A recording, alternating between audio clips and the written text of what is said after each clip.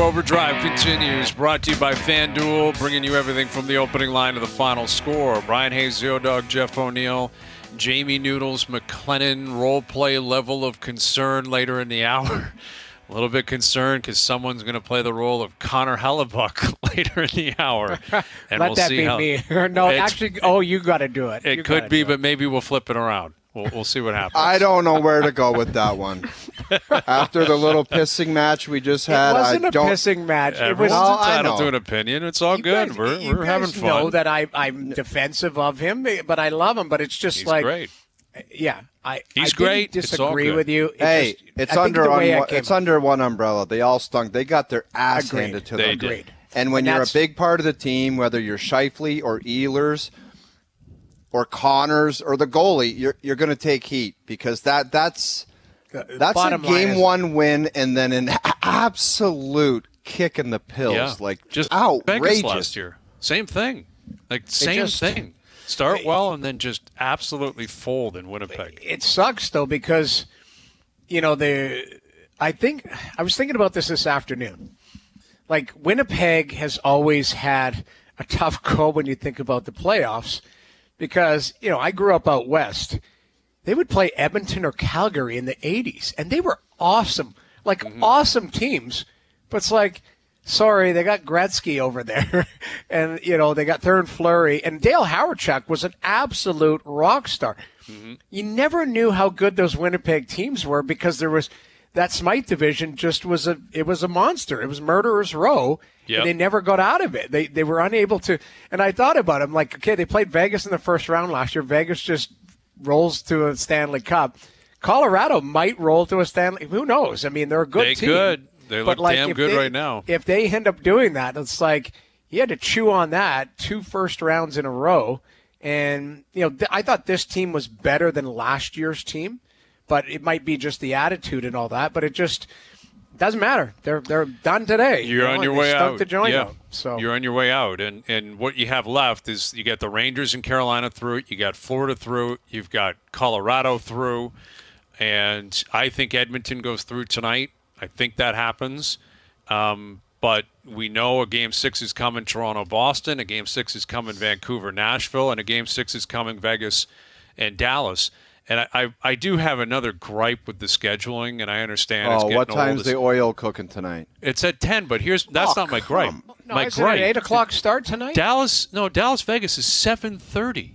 So 6:30 in Dallas and 4:30 in Vegas. So you are willing to do that.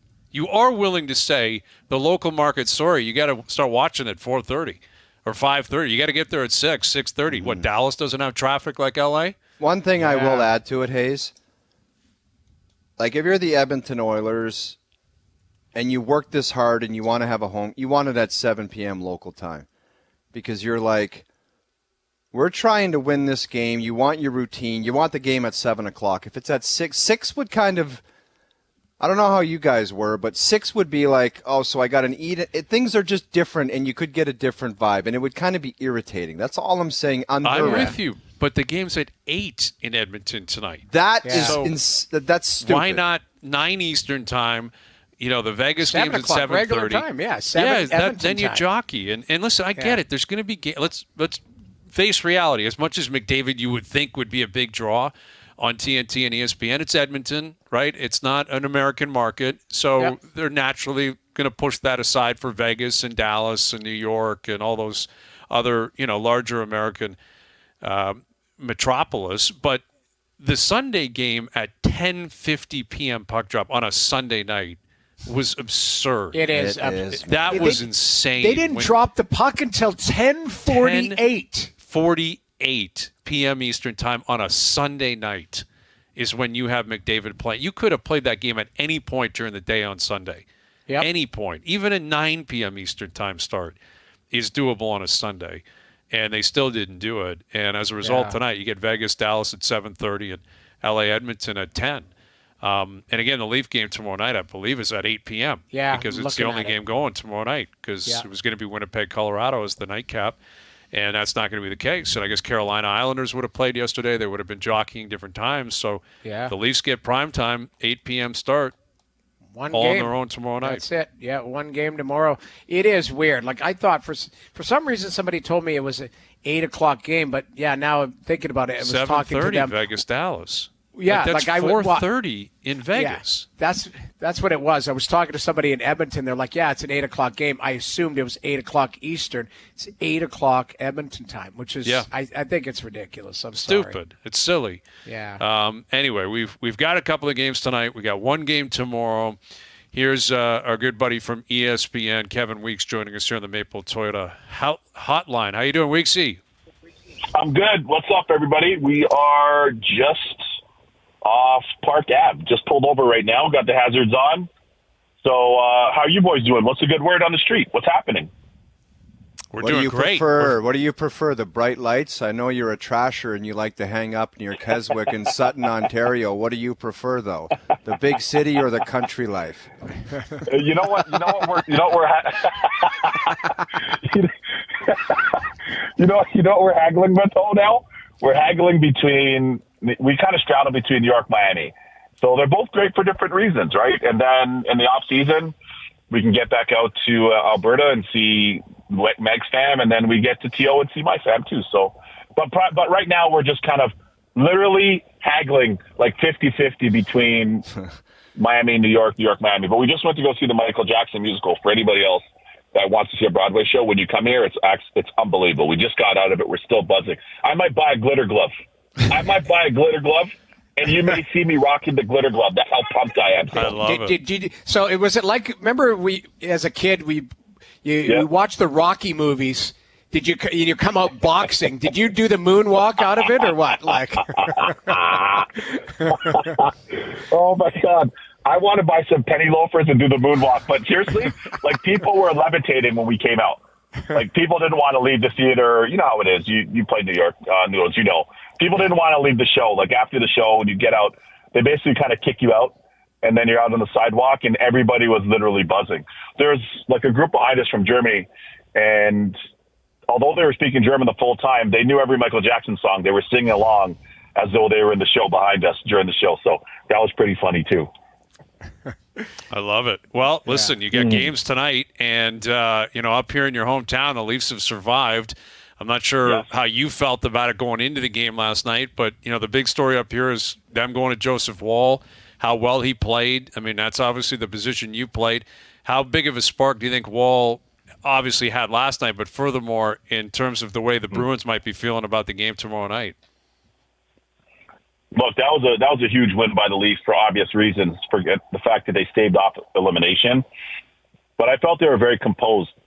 Sometimes on the road, and you guys know this, sometimes you just get running around and you got to pull a game out of the fire. Pardon the reference, on the road sometimes, right? You got to like rescue a game and you're under siege. Guys can't make a pass. Guys feel like they can't make a play. Sometimes you get some heroic blocks from the guys, the D guys, or maybe your goalie can help steal one. But I thought they were composed yesterday. They looked really calm in the game, which is give them a lot of credit for that. Boston, for whatever reason, they struggle at home in Game 5 historically now in the last several years. So that trend continued, but give the Leafs full credit for how they played. You guys know I've been saying it on TSN from early in the season. When I remember earlier in the year, they asked about Joseph Woll. I'm like, play him. Oh, dog, you remember this? I'm like, play him. He's the guy. Now, I understand he got hurt. Samsonov ended up getting back after his reset and playing well. But I really believe that they should continue playing Joseph Woll, and I thought he was excellent. He played college hockey at Boston College, so playing in that building was comfortable for him. He came up with a big performance. So did Swayman again. And at this point, I'd have to think it's Joseph Woll's net. He better get the start up in TO tomorrow. What does he got to do, Weeksy, mentally? How do you just repeat the performance? Because everything's different. Every sequence is different, and every game is different. But you want the same result. How does he kind of approach it now? Like, just to say, he doesn't have to worry about the fact if he's going to get the net, it's his. What does he do to prep to be awesome? Great question. Biggest thing for him is I'm going to take the feeling and the confidence that I had from what we did last game in Game 4, and I'm bringing that feeling and confidence into Game 5. I'm going to visualize. I'm going to do all my deep breathing, all the things I do in my prep and my pregame prep the night before So say starting tonight, make sure he gets properly hydrated and everything. And then realize that, hey, man, I'm a good goalie. I've played well this year. When I've gotten the opportunities, I've played well for this team. Yes, he's a younger goalie. I understand that. But this is what you live for. These are the moments you live for. And, as kids, and Noodles, you guys know this from playoff stuff, everything we did, I'm getting goosebumps saying it in the freaking car. Everything we did was about being able to play in the Stanley Cup playoffs. Like, think of how many times, like, whether you're playing table hockey, bubble hockey, mini sticks, street hockey, shinny, pickup, whatever. It was about, I want to do what Curtis Joseph was doing during the playoffs. I want to do what Grant Fuhr, what Billy Ranford was doing. I want to do what Hasek. I want to be that. So you're actually living the dream. You're making it a reality. So those are ways that I felt helped me in that situation, And I think if you're Joseph Woll, he can agree with that and just put that into his routine pregame. And Noodles, you know this. Not only you played, you were a goalie coach. You had Kipper, who was one of the best of the generation, who just had his number retired up in Canucks. Like, a lot of it is feeling and believing that it's repeatable. It's not a one-off, but you feel and believe in yourself that your performance in your game is repeatable. I agree.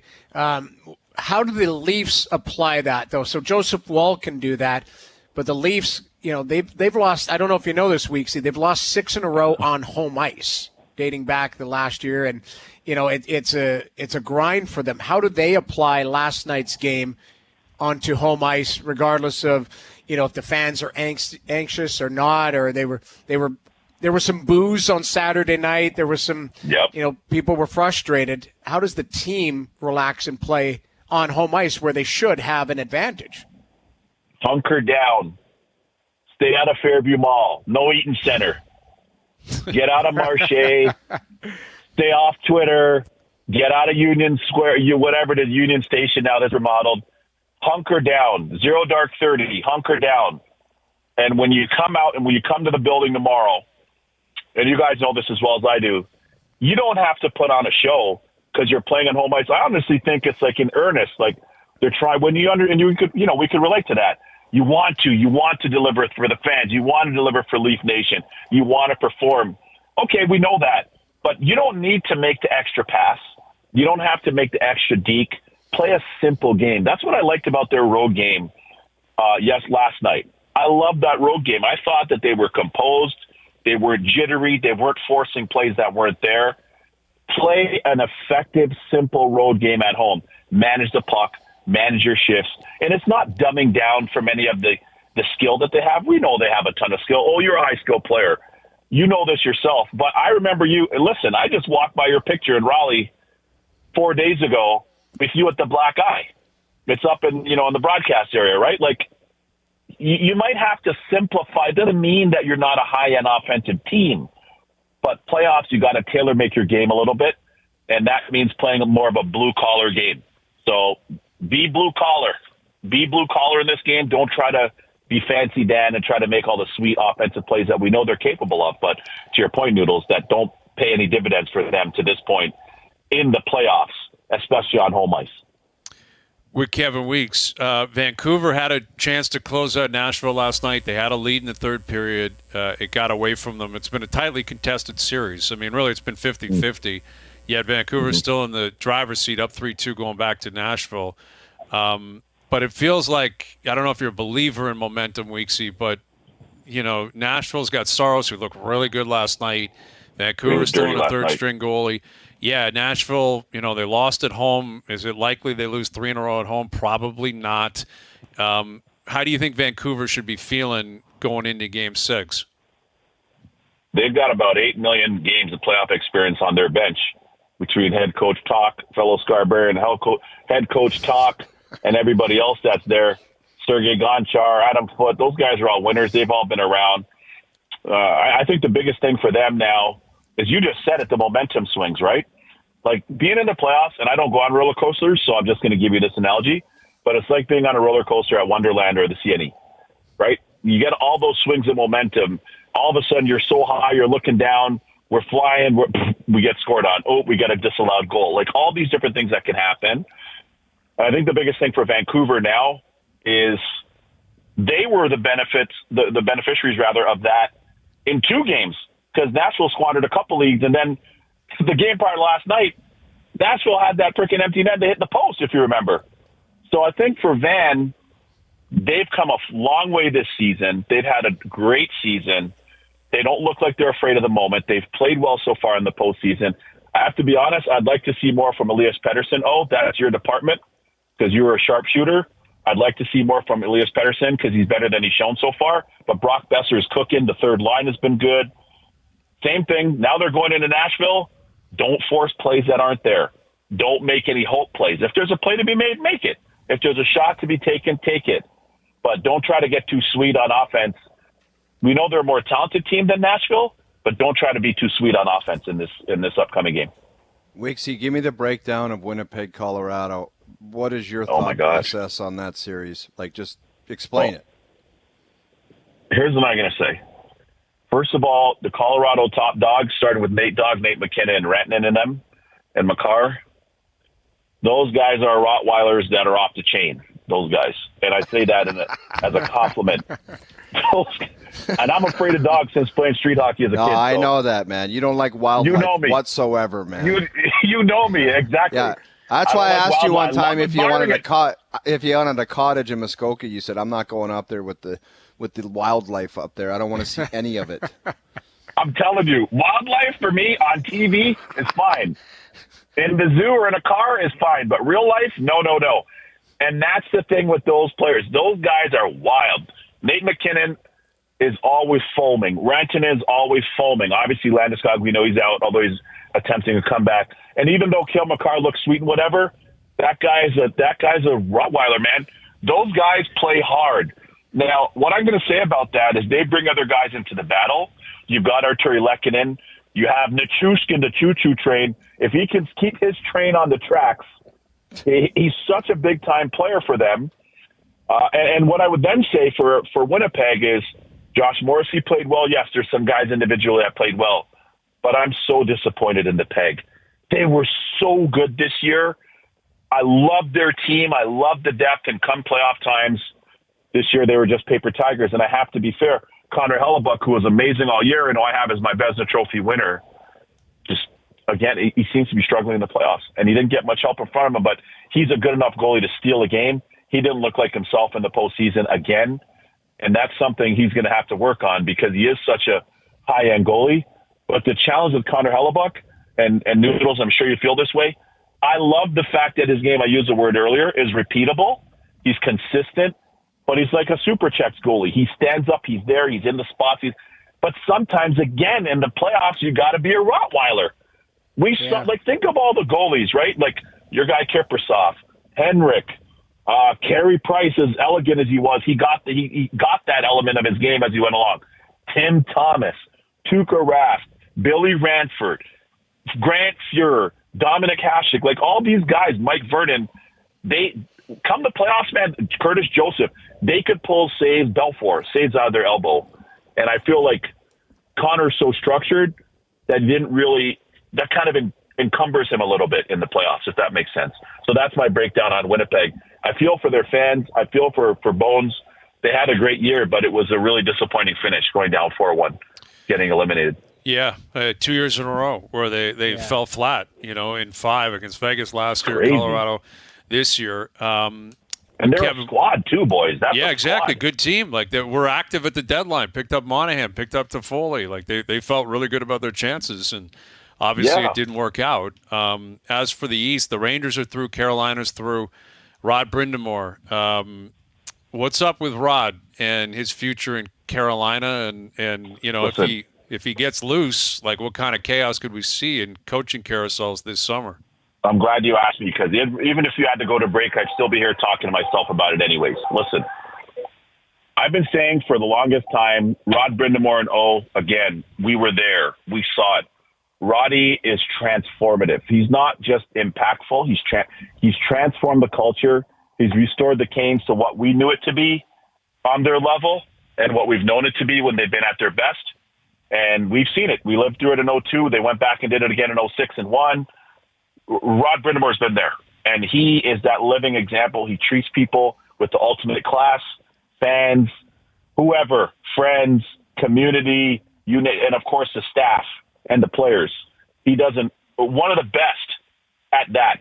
Not to mention, he's willing to do everything he expects from them and he expects from the players. So it's not like do as I say and not as I do. You couldn't get a better ambassador for your franchise. And quite frankly, we played with him. We know him. Kev, you know what bothers me, man? Yes. Tell me. It bothers me because when we were there for a few years, it wasn't all the time, but it felt like we were almost in a different league at times. There was Detroit loading up. There was Colorado loading up. The New York Rangers, and we were just the little Carolina Hurricanes. And some nights on a Tuesday there was nobody in the building. Now the organization is real deal Holyfield, and they're for real. It's packed every night, and the team's awesome. And the owner bought the team for a certain amount, and he's made zillions since the purchase. And he's got the best coach in the game, and he doesn't want to pay him. It just doesn't seem like it fits. Like they're a real deal organization now. Everything's top notch. And you got the best coach and now you don't want to pay him. It just seems like such a buzzkill from where the organization was when we got there to where it is now. And now you want to go cheap and say, I don't know if I want to pay my coach like that. That's ridiculous. When other teams. Yep. I was going to say, you're right. I was going to echo your point. All the points you're making, it's a low character move. Like you went into Fairview Mall in the food court and bought the team, and now you're eating at Harbor 60. Like that's what's happened. And Roddy's been the one that's helped you drive the guys. The Carolina Hurricanes appreciated by 59% last year. I just put this on Twitter after Dregs put it out earlier today, and I've been tweeting about it and talking about it on the air and tweeting about this for weeks. Dregs had a great point, and my follow-up was this team appreciated 50, call it 60% in a year. And now you're in the playoffs again. You're guaranteed second round now again against the Rangers. So they're going to make about 40 sheets for the playoffs. Like, you don't think you'd pay the guy that helps you do that? I would wipe the whole organization out, Weeksy, if I was Roddy. I would take video people, scouts. I would take everyone and I'd say, screw you. All of them gone. Medical, everything. All of them. See you later. And you know what? And here's the best part about it, too. And I knew this from the last time, because the last go-round, I had different teams checking his temperature, and I spoke to him, Weeksy, what do you think? Will he come here? Weeksy, what do you think? Roddy, hey, Weeksy, Carolina's my spot. You know, it's home. My wife, my father-in-law, our kids, youth hockey, the whole thing. I'm here. I'm all invested. He took discount. He took some of the Canadian Tire money and the compensation in the last go-around. Now it comes around again. And by the way, and he made sure all of his staff got paid. Oh, you know this. Everybody, he made sure all the staff got raises. And this time around, the fact that he's a lame duck coach and just plays out publicly, and especially in the playoffs, I think it's a botch. It's mishandling. I think it's unprofessional. And I also said, as I just said to my father-in-law here in the car before I talk to you guys, that's a self-inflicted wound that the Carolina Hurricanes don't need. And Rod Brind'Amour and the fans and the organization and the players don't deserve. I just think that it's really hard in any business atmosphere when you're making big cake and then you're looking and say, hey, it's hard out here. It's tough out here. That's a bad look. That's a really bad look. I can't believe what the Canes have done. And now Twitter is all ablaze. And I got to tell you what, this coach's carousel, that's why I keep tweeting about it. You know what? There's going to be a lot of moves that are going to happen. And I know for a fact there are a lot of teams that are salivating, waiting to see if Roddy Brind'Amour is going to make the market. It's not really that dissimilar to what happened to Stammer in Tampa. Mm-hmm. It's not that dissimilar. Yeah. It's not. We just did the game the other night. Steve Levy and we kept saying it on the air, and I did Tampa's game one this year in Tampa for ESPN. They played Nashville, Andrew Burnett and them. And we asked Coop then, we're like, hey, what's going on? Now we just asked him the other night in the game that they ultimately got eliminated in, and it's the same question. So it's not like, what is he on a tryout? Like you don't know who he is? So that's kind of where it lands for me. Same with Tampa, same with Carolina, to your point. I think it's weird, to be honest. Always great catching up with you. We appreciate you doing this, and we'll do it again soon. It'll cost you, but love you. Thanks for having me on, boys. Absolutely. You got it. There's All right, Kevin boys. Weeks. Thanks for having me, man. You got it. Joining us here on the Maple Toyota Hotline. Check out Maple Toyota's huge truck and SUV lineup, including Tundra, 4Runner, Highlander, and Grand Highlander, in stock and ready to deliver. Visit mapletoyota.com.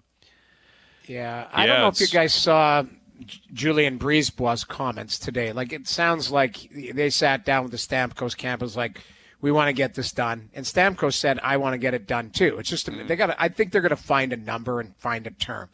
With Brind'Amour, I think it's ridiculous. Like, it's an embarrassment, Jamie. There's got to be 5 organizations right now that are just like trying to line up an offer for him. They should be. You know what else it doesn't match up with? It doesn't match up with the culture of great coaches in the area. You look at Mike Krzyzewski at Duke. Like, that guy was a legend and revered and paid, and he was the man, and he stayed there forever. Roy Williams at Carolina, it's like legend, paid, stay there. Right. Like, before them, there was others, and then you get to hockey and you get the best in the game. And it's like, I don't know if I want to pay him. It doesn't match up with the culture in the area with legendary coaches. And legendary is a stretch because he just started doing it, but he's the best in the game. Him and John Cooper are the 2 best coaches in the game. And you don't want to pay the guy? It's embarrassing, man. It's embarrassing for the fans. Like I said, they've been from the bottom of the hill and they got to the top. Carolina is a great place to play. It's on the map now. Guys want to go down there. They love the weather. They love the team. And they love the coach. But the owner just says, he's got this philosophy, and I've told you guys this before, where he's certain things he doesn't want to pay for, certain round draft picks doesn't want to pay. People behind the scenes, there's people working in that organization for peanuts, man, and he just doesn't care. So that's the way he does business, and it's a joke. Yeah, and Darren Dreger reporting today, again, it looked like it was close, Rod Brind'Amour and the Canes on an extension, and then it was pulled by the Canes owner for whatever reason. And, on top of what Brind'Amour's doing behind the bench, he played for the team for a decade and was a captain when they won the Cup. Yes, legend may be a stretch in terms of the coaching history, but not in that market in terms of who he is with the sport and with the team. I mean, I don't know, who else is a bigger legend in Carolina? Is Ronnie Francis, Eric Stahl, maybe Eric Stahl, but like, Brind'Amour would be right there in terms of top 2 or 3 guys. Ronnie Francis is always at the top of the mountain for what he's accomplished in his career. Mm-hmm. Roddy Brind'Amour hoisted the Stanley Cup there. Yeah, exactly. Eric Stahl. And now he's the coach of the team. I don't know. It's really disappointing. Like, I didn't think it would be like that. I thought it would be like, we've built this thing into what it is, and we've got the best coach. I honestly thought he'd sign like a 6-year contract for $6 million a year because that's what the guy's worth. Well, listen, if he walks, someone's going to benefit greatly because there'll be GMs in this league crawling over each other to get him in. He'll get $6 million from somebody. Yeah, I believe Carolina. He's from Ottawa, is he not? Born and raised. I mean, he's got an Ottawa connection, and he's also got like a British Columbia. I don't know if that's where his parents moved or were from, but there's both of those connections. So I don't know. Just, and guess what Carolina's going to do after he leaves? They're going to be looking for a good coach. Yeah, more than likely. Yeah, that's what's coming. I don't know. It's frustrating for sure. Anyway, more on that with Dregs just after 6 o'clock. Role play level of concern coming up. We'll get to that next. You can never ask me to stop drinking. Do you understand? I do.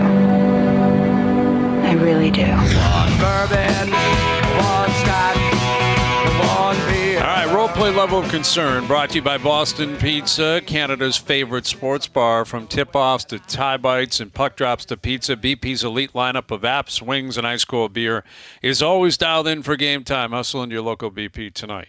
Role play level of concern. We all know the way this works, right? We're all associated someone and then a situation. Not a lot of play-its this year. Not a lot of Nick Cages. Not a lot. Yeah. Some pine on the patios, which is no concern. Nick Cage, nuclear levels of concern, and then everything in between. All right, you're playing the role of Maple Leaf fans who will be in the building tomorrow night for Game 6. Leaf fans in the building tomorrow night. What is your level of concern? The home ice disadvantage will continue and the vibes will be rough tomorrow night. Water with lemon. Water with lemon. Wow. Do you know why? The odds of it happening again, it's impossible. It's I'm sorry. impossible for the Leafs to lose tomorrow. Impossible. When you really think about it, it's impossible to go on your home ice in front of the most passionate hockey people in the world and lose again.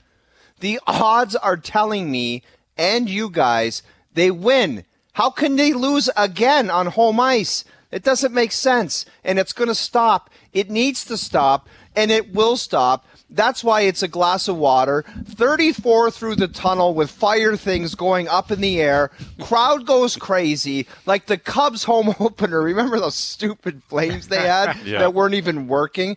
Anyway, I'm a glass of water with a lemon. Wow. I got a good feeling. I'm like Ben Crenshaw at the Ryder Cup at Brookline. I got a good feeling about this. Oh, Get the clip ready, Joe, from the bridge. Who's your later. Justin Leonard? Who's going to be your Justin Leonard? Matthew Nyes again? Mitchell Marner. Mitchell Marner's Justin Leonard. Mitchell Marner is Justin Leonard, and he's going to roll in a 60-foot putt and kick Jose Maria Olazabal right in the junk. Yeah. Yes! My guy, Jose Maria. Wow. I love Jose Maria Olazabal. He wasn't happy about that. He was like Tiger Woods was running around. They're running on his line. Those I shirts were obscene, too. The worst gear ever, the 99 U.S. team. Awful. I admire the confidence. That's a lot of confidence, Noodles. Noodles, it's not even confidence. It's just, it's like me jogging. Guaranteed. I tried 5K for 10 times, and I died after 2 minutes. One day you just wake up and you run 5K. And now I burn rubber. We say it, though. I mean, we've said it last year. I remember last year on the show going, well, the odds, like they're, can't do it 7 years. And like now it's 8 years. Like I would have at least a 6-pack, like maybe more. I would be Rick Bushwood. Wade Boggs might be calling, but just because that's all we've known. So you got to change it until they change it. That's all you know. So I respect the confidence. That's what I'm saying. All right, Noodles, here we go. All right, the wheels Connor were already Hellebuyck? in motion. You were playing the role of We Connor might have to. Hellebuyck. Do you want to do it last? No, because I was pissy earlier. Let's see if we can sort Let's see what we got here. Noodles is Turn it Connor around. Hellebuyck. All right, what is your level of concern? Your playoff performances lately could have a negative impact on your legacy. I would be Rick Bushwood, but if you had context to it, I'm going to be 6-pack and 2 shots of vodka. Somewhere. All right. It's the best.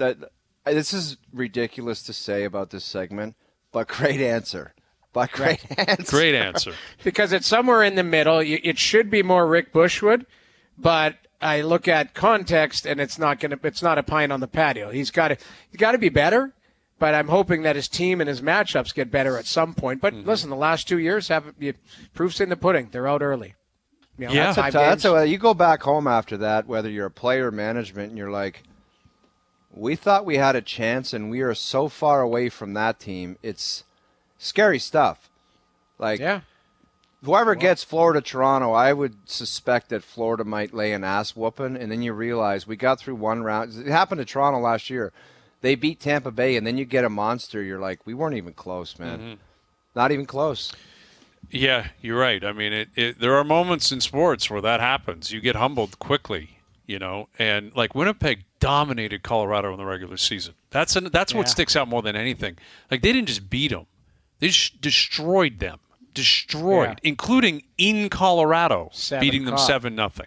Yeah. In Colorado, that's Colorado. A regular season, man. They don't. I know. You don't play for keeps. Like you know what? We're going to have this conversation potentially a week from now because it's going to be Vancouver, Edmonton, and Vancouver beat Edmonton 4 times. That's right. This season. Yep. Edmonton didn't beat them, but I don't know who would be the favorite. Edmonton will be they'll be a favorite. I'd guess so? minus 150 to win the series, something like that. We'll push that not down a massive the road. favorite, but both these teams have to get through. They got to get my through point first. being is it doesn't matter what you do in the regular season, and that's what we're talking about with Hellebuyck. This guy's going to win hands down the Vezina, hands down, unanimous. And you know what? Didn't go well in the playoffs for him. So. Okay, I'm playing the role of Bo Bichette and Vladdy Guerrero Jr., the Bo and Vladdy tandem. What is my level of concern that we won't be in Toronto long as the 1-2 punch everyone thought you would be? Surprisingly, I'm not going to play it here. Now, I should point out they got dummied again today by Kansas City, 6-1.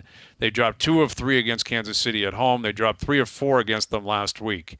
You get beat up by Kansas City, And they're an up-and-coming team, but that is a real shock to the system. They had 4 hits today. Bo went 0 for 4 again. I think Vladdy had a hit. Bichette is so lucky the Leafs are playing the way that are in the playoffs. Damn right. And he's so lucky that Vladdy has been more of a polarizing. Just like more magnetic. There's been something about Vladdy that everyone's going at and attaching themselves to. And the Alec Manoah stuff, who pitched well yesterday, by the way. But Bo Bichette is in the worst slump of his career, and it's not 5 games. Like, we're 30-plus games into the season, and he looks lost. He's done nothing. And I think between the two of them, it is concerning that, the future could see them both go. And I guess from a tandem perspective, the way this would end is if only one of them went. So I'll say Wade Boggs at a Lightning game. I'll say 48 on ice under the seat for Wade Boggs, because it's not quite there, because it is still early enough where these guys are homegrown, drafted, developed. From a marketing standpoint, everyone knows their name. A lot of jerseys sold, Bichette jerseys, Guerrero jerseys. They're guys that they have faith in can be leaders for this team. But if they don't start performing better, something could give.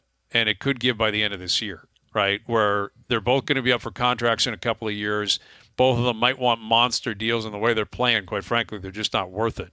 Like, the team cannot hand a monster 10-year deal out to either one of these guys right now. Big money, because they haven't proven that they're worthy of those type of contracts. So there's concern, but I'm not going to say quite Nick Cage yet. Give me another 30 or 40 games.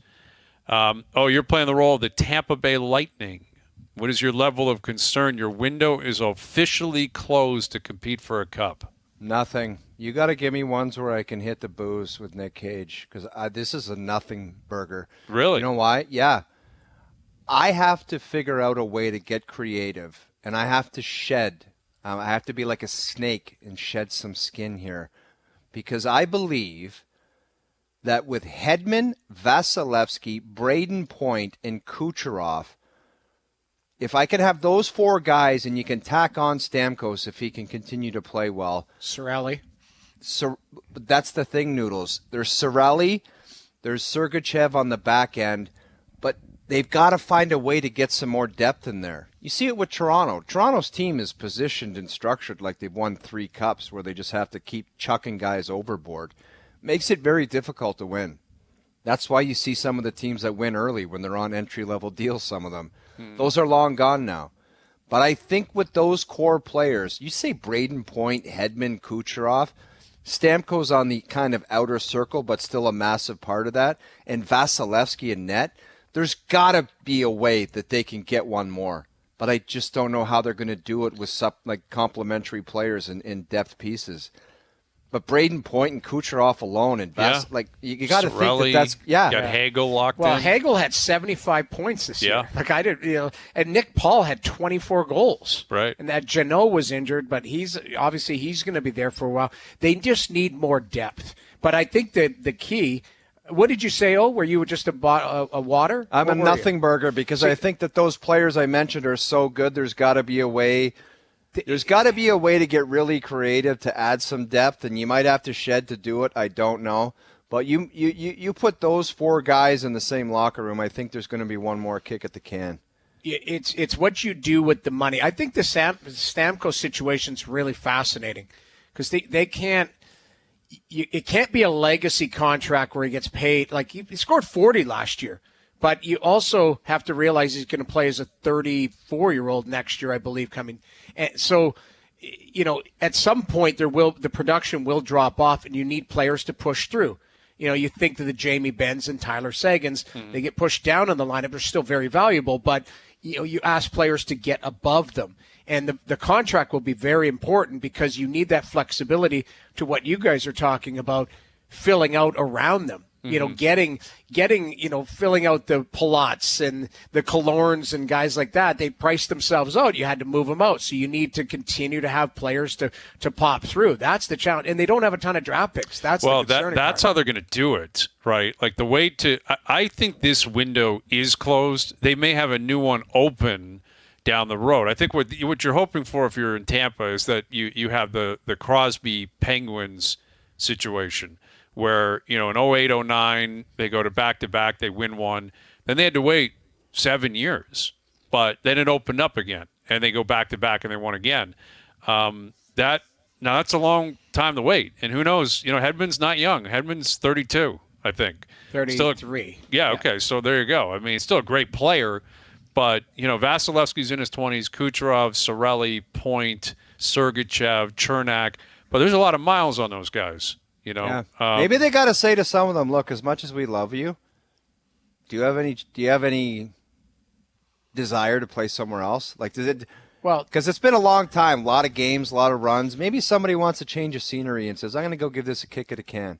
The Ottawa Senators are one of those teams that are probably looking at some of those players saying, if you're looking to unload some of those guys that have been around winning and veteran character type stuff, they would be opening their doors. Mm-hmm. Still to this day, I have no idea how back in the day the Ottawa Senators, and Noodles, you're the one that brought this to my attention, how they didn't offer sheet Anthony Cirelli because they were up against it. They could have put a straitjacket on the team. They couldn't have paid him. And they just never did because I guess you don't do it. That was the dumbest thing ever. Well, the two offer sheets in the last couple of years I brought up at free agency, one was Anthony Cirelli, and the other one last summer, I don't know if you guys remember, was Jeremy Swayman.